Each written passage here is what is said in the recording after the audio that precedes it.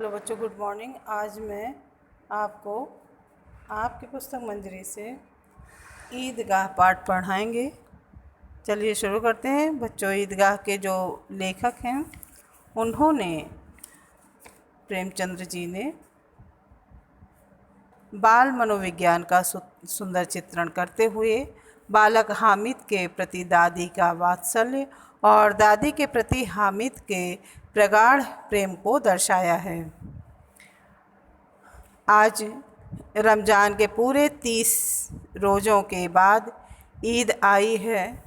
सभी गांव वाले बहुत खुश हैं, खासकर बच्चे और बूढ़े। सभी अपने अपने काम को जल्दी जल्दी से समाप्त करके ईदगाह जाने की तैयारी कर रहे हैं। सभी बच्चों को ईदी मिली है। हामिद और मोहसिन, ऐसे ही सभी गांव के बच्चे अपने अपने पैसे गिनते हैं और क्या क्या लेना है, मिठाइयाँ, खिलौने, बिगुल, गेंद आदि। हामिद सबसे ज़्यादा 2 वर्ष पहले ही हैजे की बीमारी से पिता का देहावसान हो गया था और माता पीली होते हुए दादी को ही अपनी सारी दुनिया मानता था। मीना रुपए कमाने गए हैं, बहुत सी थैलियां भर के रुपए लाएंगे। अम्मी जाना के घर से उसके लिए बड़ी बड़ी चीजें लाने गई हैं, क्योंकि आशा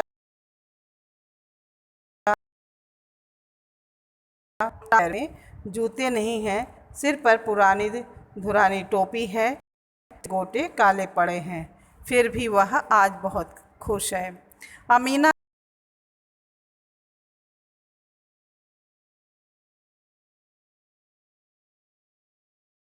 का दिल इस दुनिया में कोई नहीं है, मेले में कैसे उदी, लेकिन सब लोग वाले जा रहे थे, इसलिए 3 पैसे हामिद की जेब में अमीना ने डालते हुए उसको ईदगाह जाने के लिए भेजने के लिए तैयार हो गई। गांव से मेला चला, सभी बच्चों के साथ हामिद भी गया। सभी दौड़कर आगे निकल जाते और हामिद भी ऐसे कभी आगे जाता और कभी रुककर गांव वालों का इंतज़ार करता। अचानक ईदगाह नजर आया। ऊपर इमली के घने वृक्ष की छाया, नीचे पक्का फर्श, सब कहीं जजिया बिछा था। रोज़ेदारों की पंक्तियां एक के पीछे एक न जाने कितनी दूर तक गई थी। इन ग्रामीणों ने भी वज़ू किया और पिछली पंक्ति में खड़े हो गए। कितना सुंदर संचालन, कितना सुंदर व्यवस्था था। नमाज खत्म हुई, सभी लोग एक दूसरे के गले मिले। तब मिठाई और खिलौनों की दुकान पर धावा बोला गया। ग्रामीणों का यह दल इस विषय में बालकों से कम उत्साही नहीं था। सब चरखियों से उतरते, खिलौने दुकानों की कतार पे लगी हुई थी। सभी खिलौने खरीदते, कोई सिपाही और गुजरिया, कोई राजा और वकील, तो कोई बच्चा भिश्ती और धोबिन और कोई साधु। हामिद दूर खड़ा इन सभी को देख रहा था और अपने मन को तसल्ली दे रहा था। कह रहा था कि मिट्टी के ही तो हैं, गिरेंगे तो चकनाचूर हो जाएंगे। फिर भी वह ललचाई आंखों से सब देख रहा था। मिठाइयों के बाद कुछ दुकानें लोहे की बनी थी। बच्चों को इन लोहे और गहनों की दुकानों से क्या मतलब, सब आगे बढ़ रहे थे। हामिद की नज़र चिमटे पर पड़ी। उसका ख्याल आया कि दादी के पास चिमटा नहीं है। रोटियां उतारते समय उनके हाथ जल जाते हैं। अगर वह चिमटा ले जाकर दादी को दे देगा तो दादी बहुत खुश होंगी और उनकी उंगलियां भी नहीं जलेंगी। वह दुकानदारों से मोल भाव करते हुए 3 पैसे में चिमटा लेकर इतने शान से चला गांव की ओर, जैसे उसने कंधे पर बंदूक रखी हो, बहुत कीमती सामान ले लिया हो। सब लोग उसका मजाक उड़ा रहे थे, लेकिन सबको इतना लाजवाब उत्तर देकर सबको शांत कर दिया था। हामिद के इस प्रबल तर्क का जवाब किसी के पास नहीं रहता था।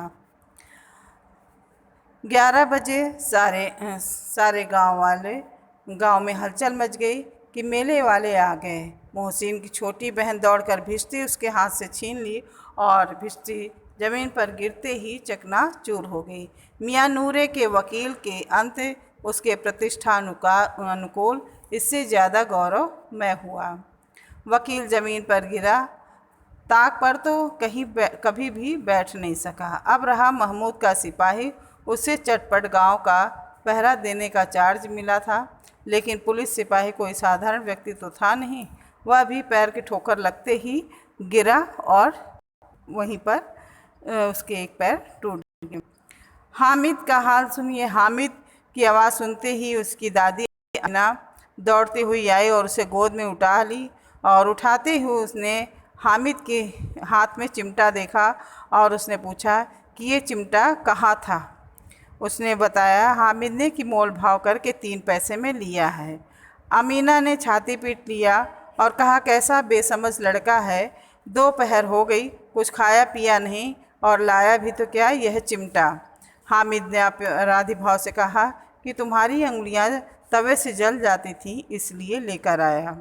बुढ़िया का क्रोध तुरंत स्नेह में बदल गया और उसने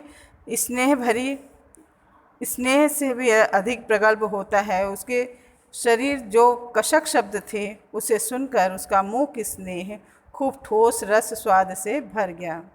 बच्चे में कितना दिमाग, कितना सद्भाव और कितना विवेक है। दूसरों को खिलौने लेते और मिठाइयाँ खाते देखकर इसका मन कितना ललचाया होगा, लेकिन इसने किया और अपनी दादी की याद बनाए रखे और साथ में लेकर आया दादी के लिए चिमटा। और अब एक बड़ी हुई हामिद के इस चिमटे से भी बच्चे ने बूढ़े हामिद का पार्ट खेला था। बुढ़िया अमीना बालिका अमीना बन गई और हामिद को दुआएं देती जाती। बच्चों, ये था इस पाठ का सार। आप इस पाठ को अच्छे से पढ़िएगा। नेक्स्ट वीडियो में हम आपको शब्दार्थ और प्रश्नोत्तर वगैरह कराएंगे। तब तक के लिए धन्यवाद।